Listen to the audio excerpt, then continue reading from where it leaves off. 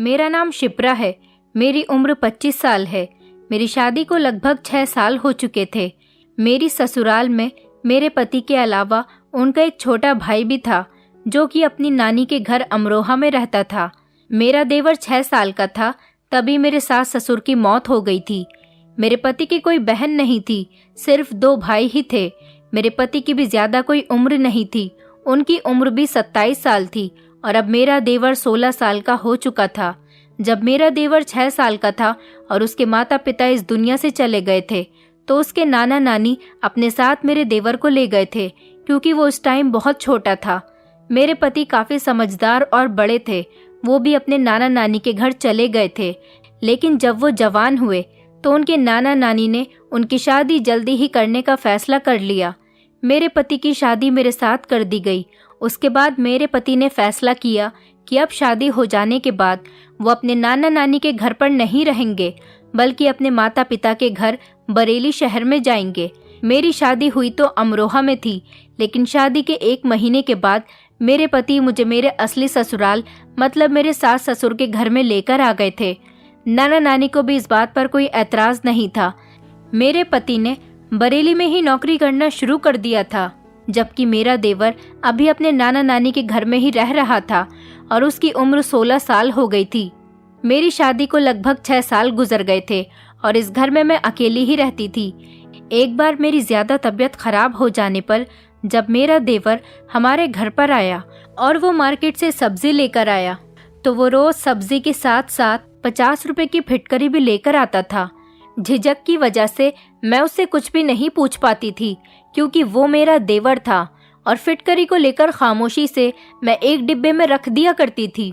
लगभग पूरे 20 दिन के बाद मेरे पास फिटकरी बहुत सारी जमा हो गई थी।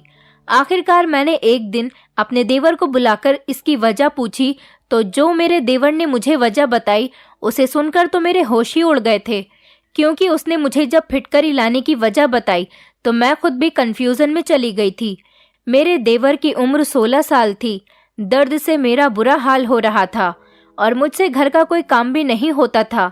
मेरा देवर उन दिनों अपने ननिहाल में रह रहा था। मैं अपने घर का सारा काम अकेले ही करती थी। न मेरे सास ससुर थे और ना ही कोई और।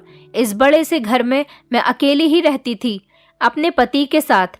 मेरे पति भी रात को ही घर में घुसते थे या फिर संडे के दिन उनकी छुट्टी होती तब वो दोपहर तक घर पर मौजूद होते थे। उसके बाद वो अपने फ्रेंड्स के साथ घूमने के लिए घर से निकल जाते थे और फिर रात के 11 बजे घर में घुसते थे। सारा दिन मैं घर पर अकेली रहती थी और घर के काम में बिजी रहती थी। मेरे पति को साफ सफाई बहुत पसंद थी और उनको अपना हर काम टाइम से चाहिए होता था। अगर उनका कोई काम करने में मुझे देरी हो जाती थी तो वो मुझ पर बहुत गुस्सा किया करते थे। और हमारे घर में कोई नौकरानी भी नहीं थी क्योंकि हम 2 ही लोग तो रहते थे, लेकिन घर बहुत ज्यादा बड़ा था इसलिए घर का काम भी ज्यादा ही होता था। घर के सारे काम की जिम्मेदारी सिर्फ और सिर्फ मुझ पर ही थी। एक दिन मेरी बहुत ज्यादा तबीयत खराब हो गई थी। घर का कोई काम भी नहीं हो रहा था। घर का सामान इधर उधर बिखरा पड़ा था। एक तरफ मेले कपड़ों का ढेर लगा हुआ था क्योंकि काफी दिनों से मैंने कपड़े भी नहीं धोए थे और दूसरी तरफ मुझे खाना बनाने की भी टेंशन हो रही थी क्योंकि मेरे पति शाम को 7 बजे घर पर आ जाते थे तो उन्हें पूरे 7:30 बजे खाना चाहिए होता था। बाकी के काम तो अगर मैं थोड़ी देर से भी कर लूं तो कोई बात नहीं, लेकिन मेरे पति का जो काम था वो तो मुझे उनके टाइम के अकॉर्डिंग ही करना था। जैसे खाना बनाना, मुझे मेरे पति को पूरे 7:30 बजे खाना सर्व करना होता था और सारी परेशानी तो खाना बनाने की ही थी। खाना बनाना एक ऐसा काम था जो मुझे टाइम पर ही करना होता था, हर हाल में, चाहे कितनी भी मुझे परेशानी क्यों ना हो, क्योंकि मेरे पति के अंदर एक बहुत ही गलत आदत थी। वो कभी भी मेरी परेशानी को नहीं समझते थे। उन्हें सिर्फ हमेशा अपनी और अपने टाइम की फिक्र लगी रहती थी। मैं इस घर में अपने पति के साथ रहती थी। मेरी शादी को भी 6 साल गुजर चुके थे, मगर अभी तक मेरे पास कोई संतान नहीं थी। मैं बच्चे के लिए तड़प रही थी और मेरा इलाज भी चल रहा था। डॉक्टर ने मेरे इलाज के साथ साथ मेरे पति को भी रिपोर्ट करवाने के लिए कहा था, लेकिन मेरे पति ने जब रिपोर्ट करवाई तो उनकी रिपोर्ट ठीक नहीं आई थी, जिसकी वजह से वो भी अब खामोश खामोश से रहने लगे थे। वरना तो अब तक मेरे पति मुझे छोड़कर दूसरी शादी कर चुके होते। मेरे पति के ननिहाल वाले तो इस बात को मानने के लिए भी तैयार ही नहीं थे कि मेरे अंदर नहीं बल्कि उनके नाती के अंदर कमी आई है। अगर मेरे अंदर कोई परेशानी थी भी तो इतनी ज्यादा नहीं थी जितनी मेरे पति के अंदर थी, लेकिन फिर भी मेरे पति ने इलाज नहीं किया। शायद वो इलाज करने के बाद ठीक हो सकते थे, लेकिन मेरे पति की तो एक ही रट थी कि डॉक्टर झूठ बोलते हैं, मैं बिल्कुल ठीक हूँ। डॉक्टर तो पैसा कमाने के चक्कर में अपने पेशेंट बढ़ाना चाहते हैं। अपने पति की ऐसी बातें सुनने के बाद मैं भी खामोश हो जाती थी और इसी तरह से मुंह बंद करके जिंदगी गुजार रही थी। मेरे पति सुबह ऑफिस चले जाते थे और शाम को 7 बजे तक घर वापस आ जाते थे, इसलिए मैं सारा दिन घर में अकेली रहकर घर के कामों में बिजी रहती थी या फिर खाली समय में बोर हो जाती थी। और अगर घर का कोई सामान, सब्जी, राशन वगैरह या कुछ भी आना होता था तो वो भी मैं खुद ही जाकर लेकर आती थी। मेरे पति को ऐसे कामों से कोई मतलब ही नहीं होता था। वो घर का कोई भी काम नहीं करते थे, बल्कि उनका मूड तो मेरी तरफ से बड़ा बदला बदला सा रहता था। वो मुझसे ज्यादा बातें ही नहीं करते थे। न जाने मेरे पति के दिमाग में क्या चल रहा था, वो क्या चाहते थे। मुझे आज तक अपने पति की कोई बात समझ नहीं आई थी। मेरे पति एक बहुत ही एटीट्यूड में रहने वाले इंसान थे, जिनके अंदर ईगो और एटीट्यूड कूट कूट कर भरी हुई थी। वो बिल्कुल खामोश रहते थे, अपने अंदर के सीक्रेट किसी को बताना ही नहीं चाहते थे और न ही अपनी अच्छी बुरी बात किसी से शेयर करते थे। मैं उनकी पत्नी थी, उनकी लाइफ पार्टनर थी। वो मुझसे भी अपनी कोई बात शेयर करना पसंद नहीं करते थे। इतना तो मैं समझ गई थी कि मेरे पति बच्चे की वजह से परेशान हैं, मगर कभी जाहिर नहीं करते। शायद अंदर ही अंदर वो खुद को कसूरवार समझते थे। लेकिन कुछ टाइम से मेरी तबीयत खराब रहने लगी थी। मेरे पेट में बड़ा अजीब सा दर्द उठता था। कुछ दिनों तक तो ये दर्द बहुत हल्का सा था, लेकिन अब धीरे धीरे बढ़ता ही चला जा रहा था। इतना ज्यादा बढ़ गया था कि मेरे लिए घर का काम करना भी मुश्किल होता चला जा रहा था। मैंने इस बारे में कई बार अपने पति को भी बताया, लेकिन मेरे पति ने हर बार इग्नोर कर दिया। उन्होंने कभी मेरी तबीयत पर ध्यान ही नहीं दिया था, लेकिन मैं फिर भी खामोशी से अपने दर्द को बर्दाश्त करती रहती थी। कभी पेट दर्द की गोली खा लेती थी तो कभी कोई चूरन, जिससे थोड़ा बहुत आराम मिल जाता था, लेकिन दवाई का असर कुछ देर तक ही रहता था। उसके बाद फिर से दर्द शुरू हो जाता था। मेरी सबसे बड़ी परेशानी ये थी कि मेरे पास अभी तक कोई औलाद नहीं थी और घर में कोई ऐसा भी मौजूद नहीं था जो मेरी मदद कर सकता या मेरी इस बीमारी में मेरा ख्याल रख सकता। मेरा ख्याल रखने वाला यहाँ पर कोई भी नहीं था और मेरे पति तो ऐसे थे जिनको मेरी कोई फिक्र ही नहीं थी। मेरे पति की अगर तबीयत खराब होती थी तो मैं उनका ख्याल रख लिया करती थी, लेकिन अगर मुझे कभी हल्का सा बुखार भी हो जाता था तो मुझे कोई एक गिलास पानी देने वाला भी यहाँ पर नहीं होता था। एक दिन अचानक अमरोहा से मेरे पति की नानी और मेरा देवर हमारे घर पर आ गए। मेरे पति की नानी हमारे किसी रिश्तेदार के यहाँ शादी में आई हुई थी और उसके बाद हमारे घर हमसे मिलने भी आ गईं। मुझे देखकर वो परेशान हो गई थी। रात का टाइम था और मेरा दर्द बढ़ता ही चला जा रहा था। मेरे पति अपने दोस्तों के साथ गए हुए थे। हमारे दरवाजे की बेल बज रही थी। मुझे आवाज़ तो आ रही थी, लेकिन मेरे अंदर इतनी हिम्मत नहीं थी कि खड़े होकर बाहर तक जाकर दरवाज़ा खोल दूं। लेकिन हमारे घर पर मेरे पति के अलावा कोई आता जाता भी नहीं था, इसलिए मुझे उठना ही पड़ा। मैं समझी कि मेरे पति आए होंगे, लेकिन जब मैंने दरवाज़ा खोला और सामने अपने पति की नानी और देवर को देखा तो मैं बहुत खुश हो गई थी और हैरान भी हो गई थी। वो बेचारी न जाने कब से बेल बजा रही थी। मेरी ननिया सास अंदर आते ही कहने लगी, बहू इतनी देर से दरवाज़ा बजा रही हूँ, तुम खोल क्यों नहीं रही थी? मैंने पहले उन लोगों को बैठने के लिए कहा और मैं फ्रिज से निकालकर उनके लिए ठंडा ठंडा पानी लेकर आ गई और उनको पिलाया। उसके बाद मैंने नानी जी को भी अपनी सारी कहानी के बारे में बताया कि मुझे क्या परेशानी हो रही है। उन्होंने जब मुझे गौर से देखा तो मेरा चेहरा दर्द से पीला पड़ा हुआ था और मेरे चेहरे से साफ जाहिर हो रहा था कि मुझे बहुत कमज़ोरी हो गई है। नानी जी ने कहा, बहू मैं ज़रा जल्दी में हूँ क्योंकि तुम्हारे नाना जी की तबीयत भी ठीक नहीं है, वरना मैं यहाँ पर तुम्हारा ख्याल रखने के लिए तुम्हारे पास रुक जाती। मेरी टिकट्स बुक हैं और तुम्हारे नाना जी भी फ़ोन करके मुझे जल्दी बुला रहे हैं। मुझे हर हाल में अभी निकलना है। मैं तो यहाँ तुम लोगों से मिलने के लिए आई थी। सोचा यहाँ आई हूँ तो तुम लोगों से मिलती ही चलूं, लेकिन घर पर अगर तुम्हारे नाना जी की तबीयत खराब ना होती तो मैं तुम्हारे पास ज़रूर रुक जाती और तुम्हें डॉक्टर के पास लेकर जाती, लेकिन मैं भी मजबूर हूँ, नहीं रुक सकती। नानी जी ने ऐसा कहा और फिर उन्हें एक आइडिया आया। उनके साथ मेरा 16 साल का देवर भी आया था। नानी जी ने कहा कि मैं तुम्हारे पास धीरज को छोड़कर जा रही हूँ, तुम इसके साथ डॉक्टर के पास चली जाना और ये तुम्हारा ख्याल भी रखेगा और तुम्हारे सारे काम भी करेगा। धीरज की इन दिनों वैसे भी स्कूल की छुट्टियां चल रही हैं और वैसे भी इस टाइम तुम्हें किसी के सहारे की बहुत ज़रूरत है। धीरज के पास कुछ कपड़े तो हैं, बाकी के कपड़े मैं भिजवा दूंगी। धीरज बहुत काम का बच्चा है, वैसे भी ये तुम्हारा देवर है, ये तुम्हारा ख्याल नहीं रखेगा तो और कौन रखेगा। नानी जी मेरे लिए बहुत फिक्रमंद हो रही थी, इसलिए उन्होंने मेरे देवर धीरज को हमारे घर पर छोड़ दिया और उसके बाद वो अपने घर अमरोहा चली गई। इससे पहले जब मैंने अपने देवर को देखा था तो वो काफ़ी छोटा और कमज़ोर सा लड़का था, लेकिन अब तो अच्छा खासा बड़ा और हेल्दी लग रहा था। वो लंबाई में बिल्कुल अपने बड़े भैया पर गया था। मेरे पति भी अपनी उम्र से ज़्यादा बड़े लगते थे। इसी तरह से मेरे देवर की उम्र भी अभी सिर्फ 16 साल की थी, लेकिन देखने में वो 22 साल का लड़का लग रहा था।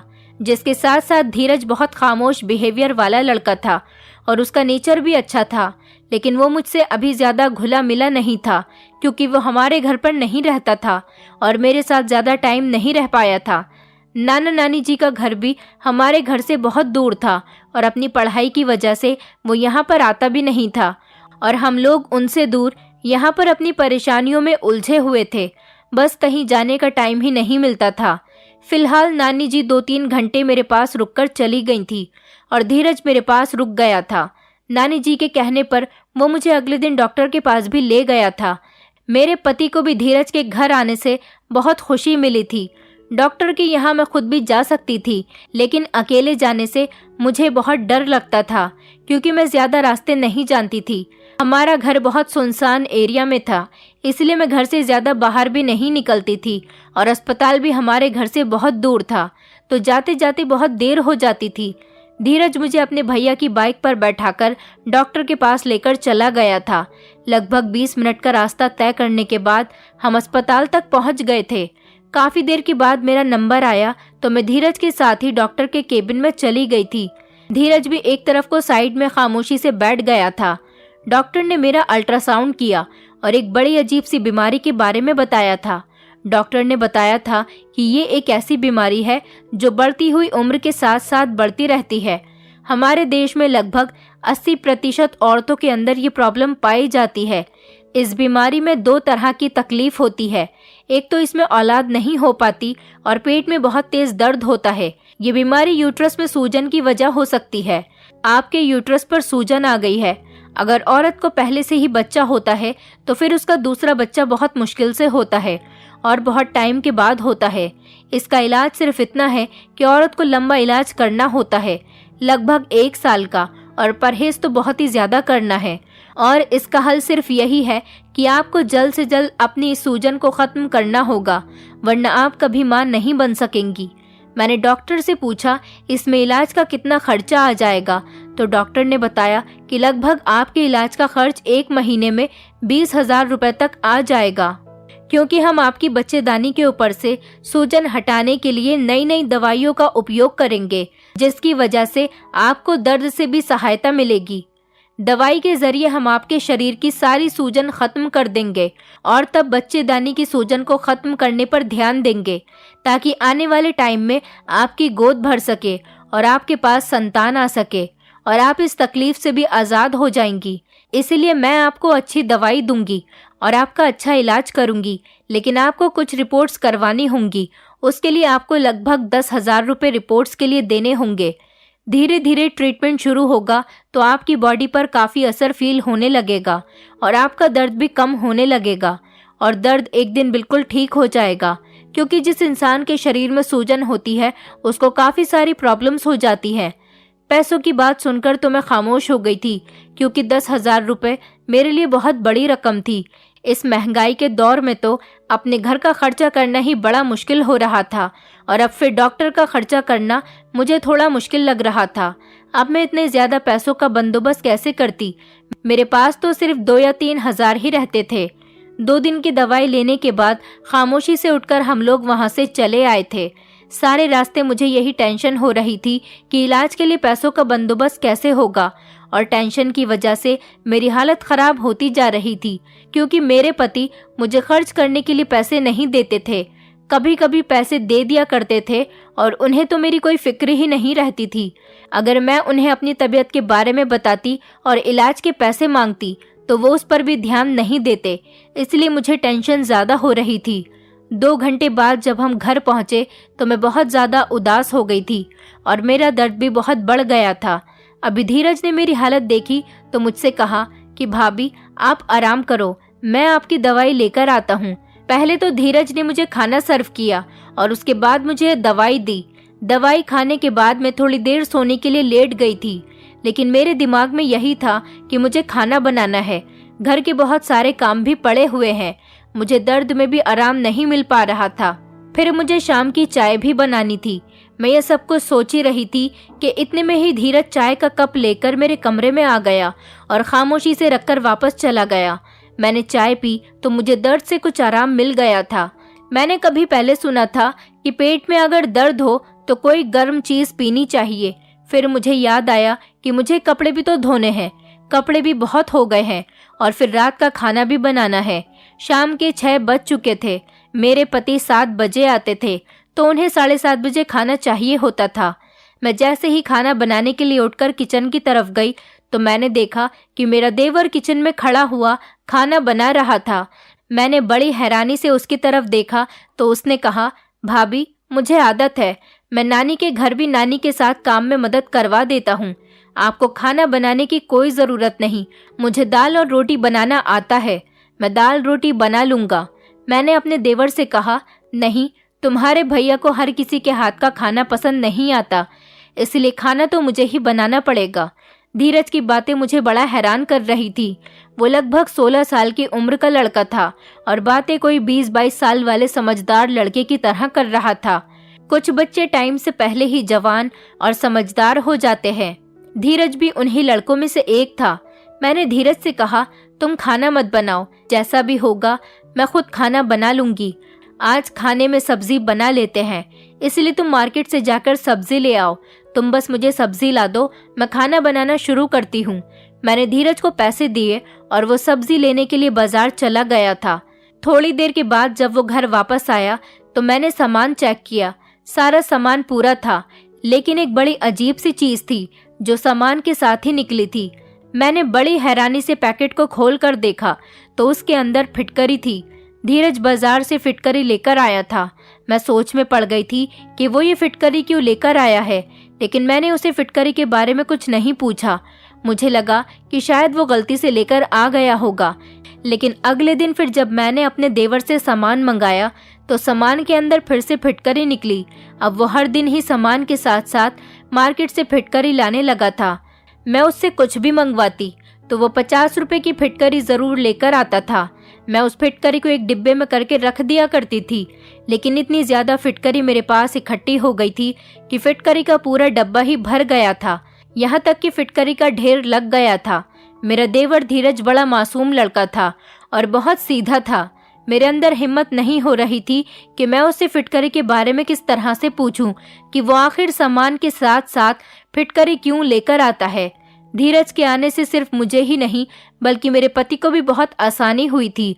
उन्हें भी अगर बाहर से कुछ मंगवाना होता था तो वो धीरज को भेज देते थे, वरना तो वो पहले ऑफिस से इतने थके हुए आते। उन्हें भी अगर बाहर से कुछ मंगवाना होता था तो वो धीरज को भेज देते थे और उसके बाद अपने दोस्तों के साथ घूमने के लिए निकल जाते थे। अगर उन्हें कोई काम याद आ जाता तो वो धीरज से ही करवा लेते थे।